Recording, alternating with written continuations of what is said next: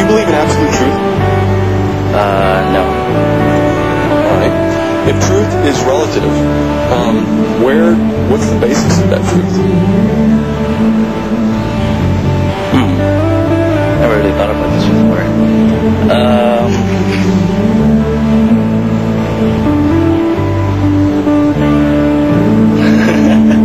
I can't really answer it. Where does absolute truth come from?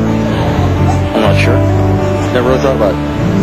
Absolute truth comes from, I think, inside, from your mind and your heart, whatever you feel is right. So absolute truth is inside of you. Yeah. Do you believe in absolute truth? Sure. Yeah, I do.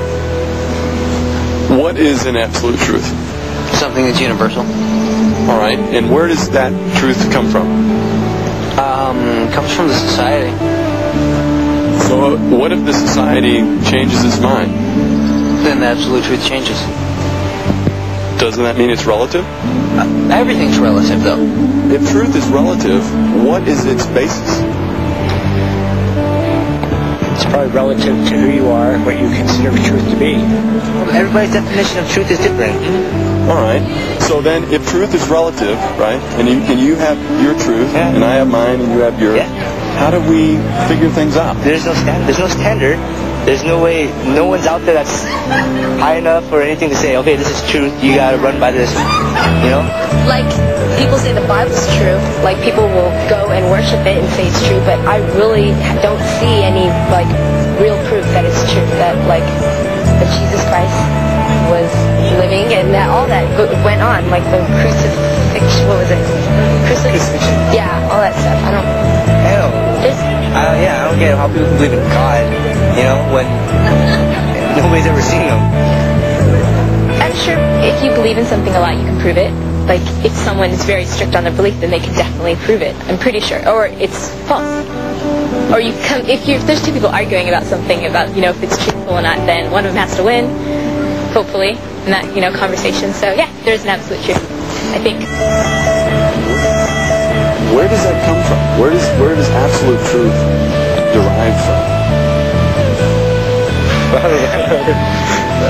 God, I guess. Really? Okay, if God is an absolute truth, then what does that suggest for our lives? I guess that we need God or something. God. Yeah.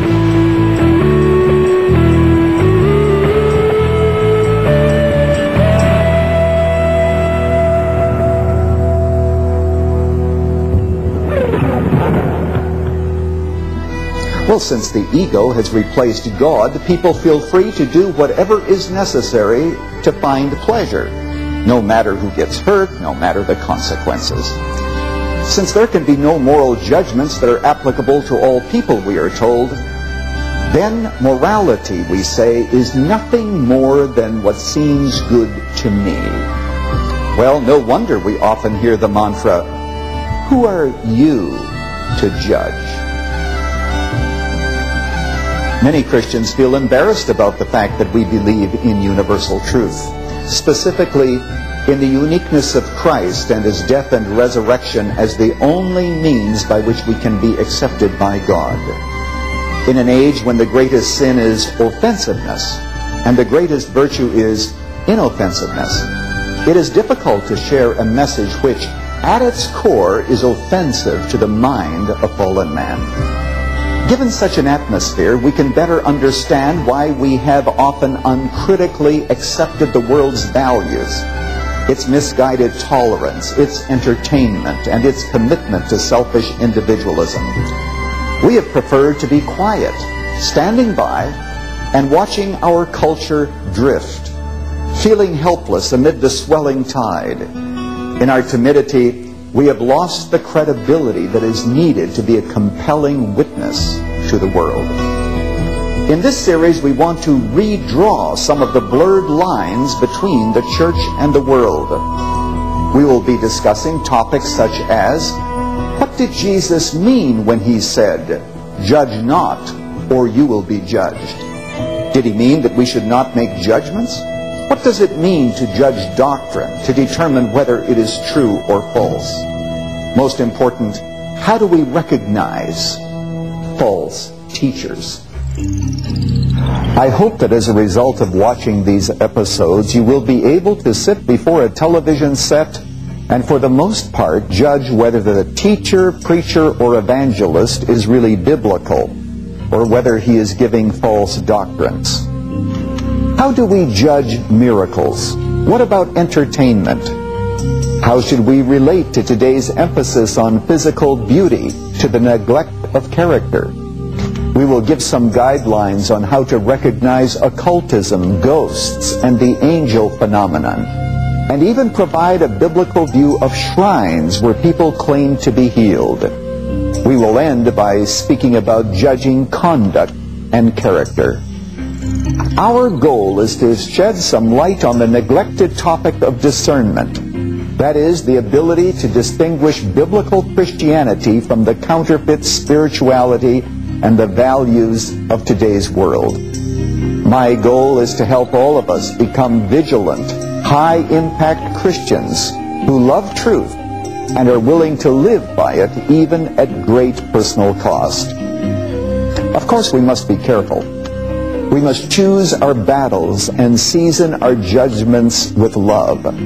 Let us thoughtfully begin to bail water out of the Christian ship. We must learn to make judgments in our non-judgmental world. You might disagree with my judgments, but I hope you agree that judgment is both necessary and needed. Let's try to find out what Jesus meant when he said, "Do not judge, or you too will be judged."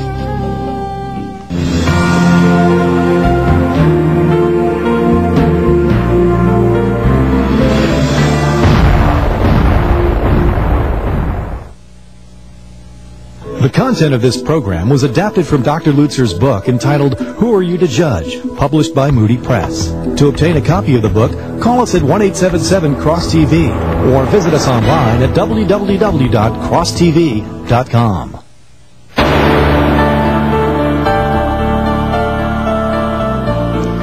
So, who are you to judge?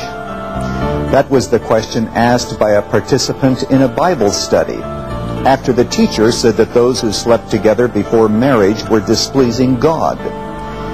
And by the way, who of us is perfect, the student continued. We have no right to sit in judgment of someone else's personal morality. So, who are you to judge? We hear it every day. Who are you to say that God can't approve of loving homosexual relationships? Who are you to say that the Jehovah's Witnesses are wrong? Who are you to say that when people collapse because they are slain in the Spirit by an anointed preacher, who are you to say that they are not being slain by the Holy Spirit?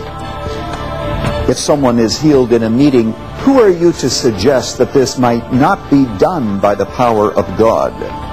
And who are you to say that when a statue of the Virgin Mary weeps, we should not think that she is trying to get a message to us? Since we will be discussing these matters and many others like them, we must get clear about sound principles of discernment. Now mention the topic within the church and you will generally get one of two responses. First, there are those who are unwilling to make any significant judgments. They are determined to simply live and let live, without any rebuke, within reason, of course, short of criminal activity.